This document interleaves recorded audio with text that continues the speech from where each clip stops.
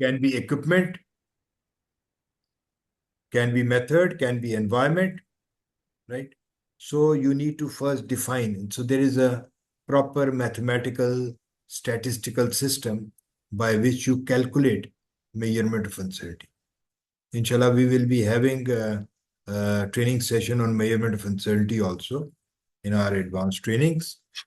So how you do it, that is a bit technical work that needs expertise, that how you, if you are performing any tests, so how you calculate the errors, that is this.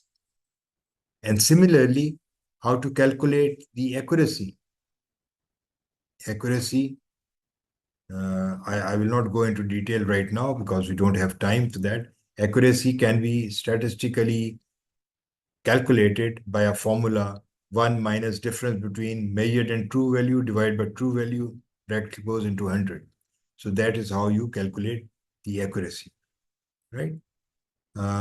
So internal assurance mein kya hai ji?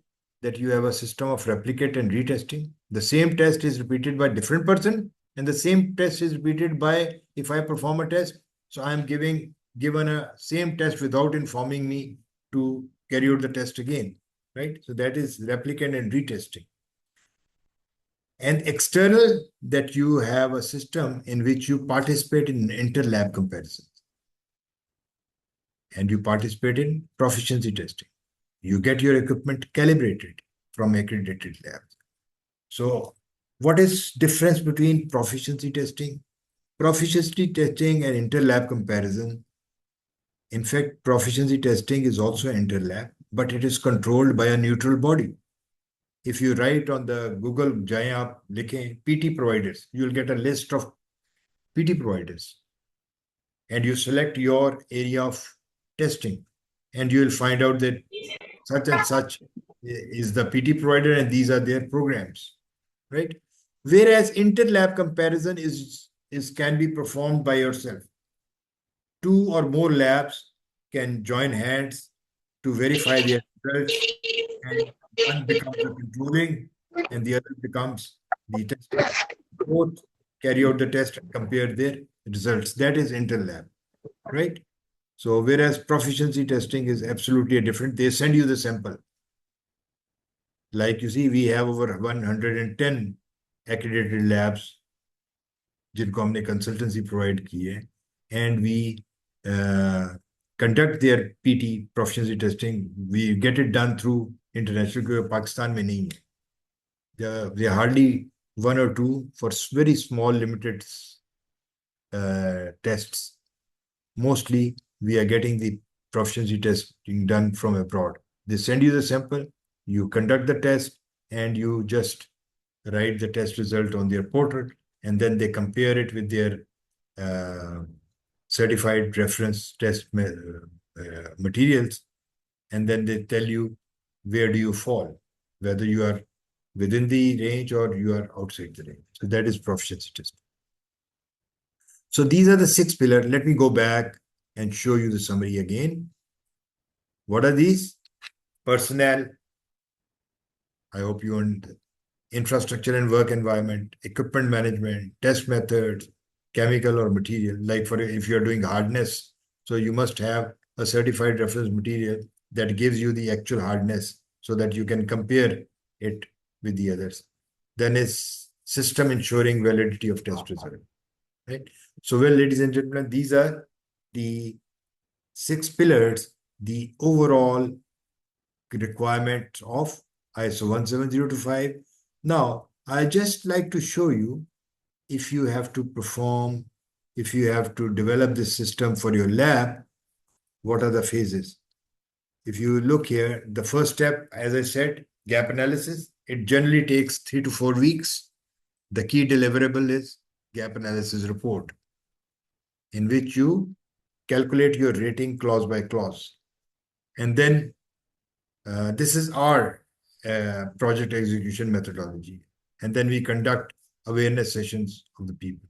Second phase is system development. It generally takes 4, 5, 6, 7, 8, depending on the size and type of organization in which you develop policies, procedures based on the requirements of ISO 17025. And we also conduct advanced training during this phase. Third phase is implementation and auditing, in which the developed documents are distributed, people are trained, and the audit is conducted. And based on the audit results, our chief consultant give the certificate of readiness, and then you call PNAC, phase 4, and they come and do the audits. So this is just generally, it takes 4 to 6 months, depending on the size and type of organization. If you want to go from step 1 to step 4, phase 1 to phase 4, complete accreditation process. I will just like to give a quick rundown of structure. How does it look like, what it is? Because most of the main things we have discussed in these 6 pillars, any standard, either it is ISO 9000, 14000, 17025, first clause is scope. Scope means where can you apply this standard? So in your case, the scope is lab management system.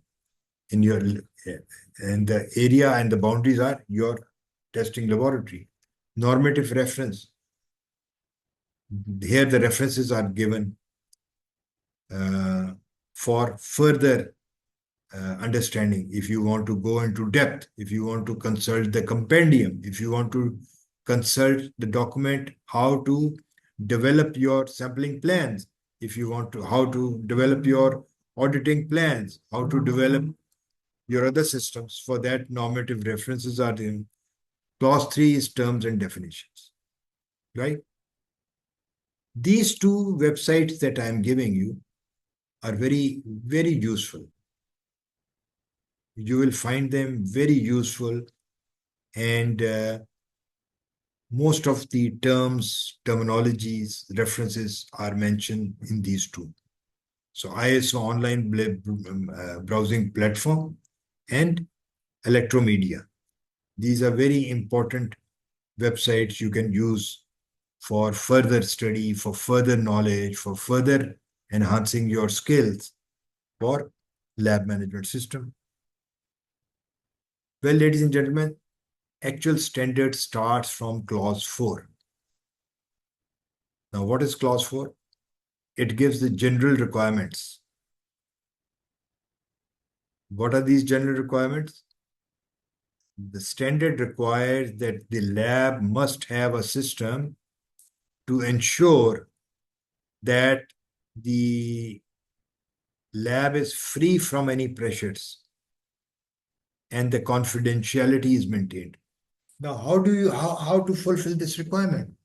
So for that, you need to develop system policies and procedures by which you ensure that the results are impartial and you maintain confidentiality.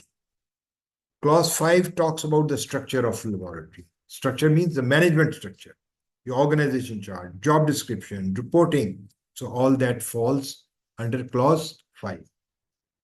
Clause 6 deals with the resource requirements related to personnel that we just discussed.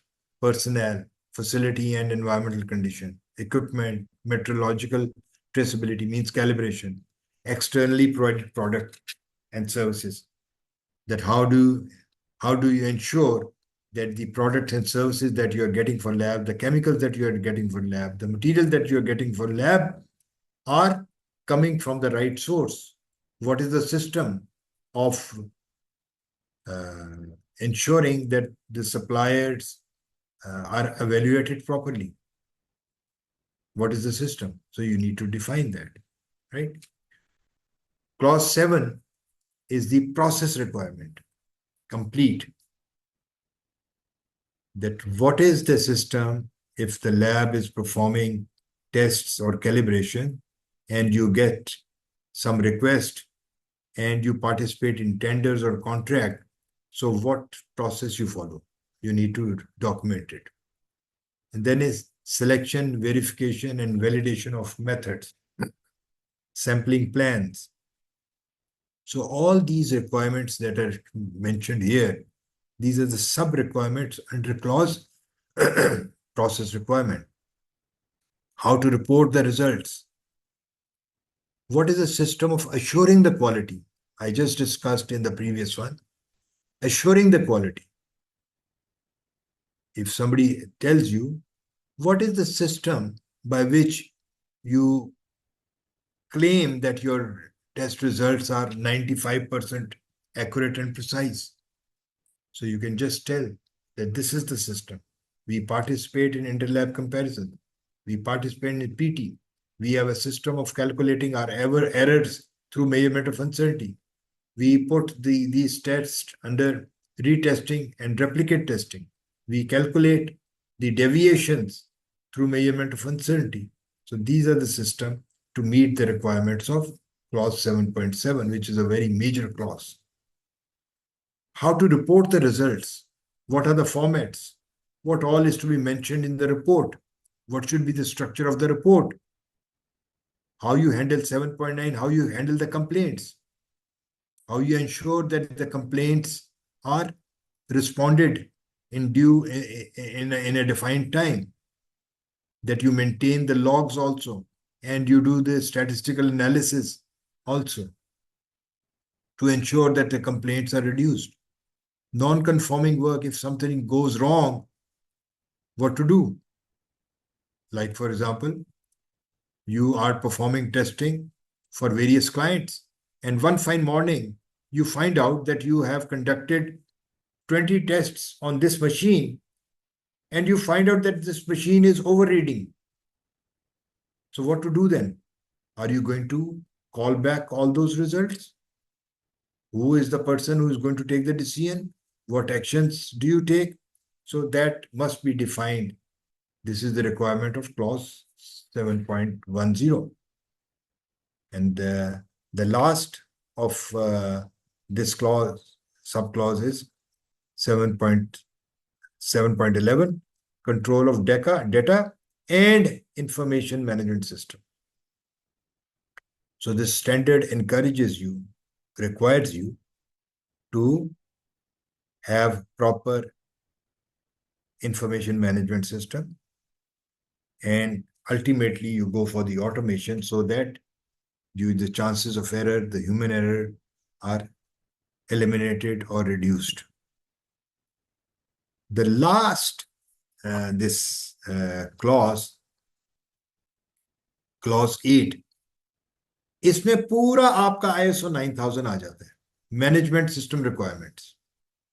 If your company is already certified, if your lab is already certified for 9000, and when you are doing requirements of 17025, so you will just skip all these because these are all covered in ISO 9000 of this clause 8, right? Management system documentation, control of documentation, risk assessment, improvement, corrective action, internal audit. So all these are management requirements that are covered in ISO 9000, right? So this was just a quick overview of the standard. With this, we come to the end of our session.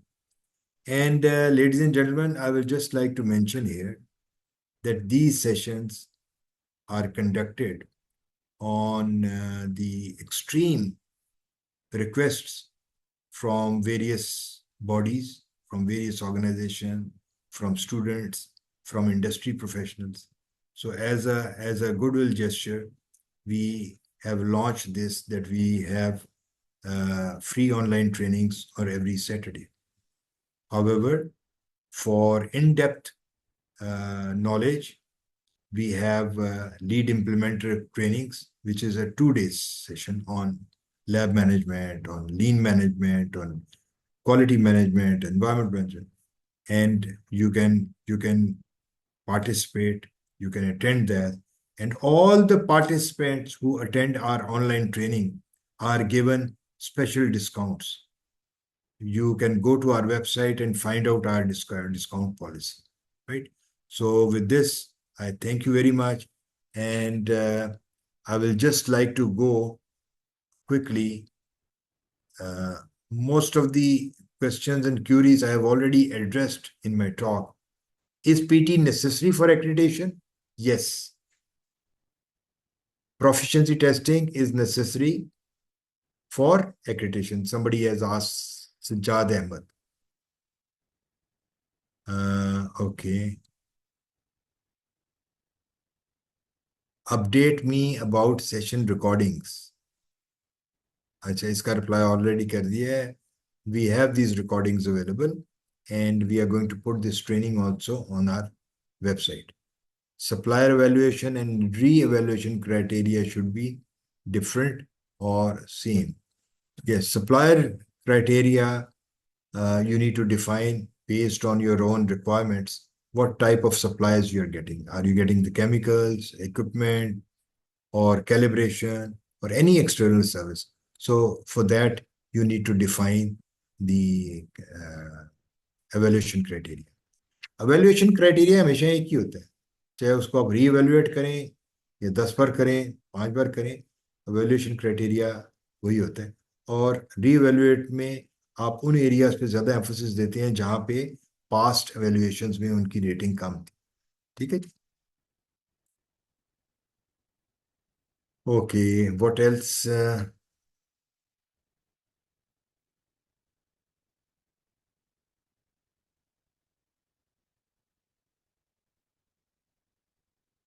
What is different? Okay, what is different between credited and non-credited? Kamar Islam, PT. PT providers जो होते हैं ना, they are accredited against a higher standard. 17043 होता है शायद PT providers के लिए, right? Okay. So I think so far these are the questions. If you have any question, you can always get back to us. We will be very pleased to answer your questions. ठीक है जी. So thank you very much. And these trainings and certificates will also be provided to all the participants. In the end, I would just like to request you all, please join our social media team on Facebook and LinkedIn. You can see there on this view file.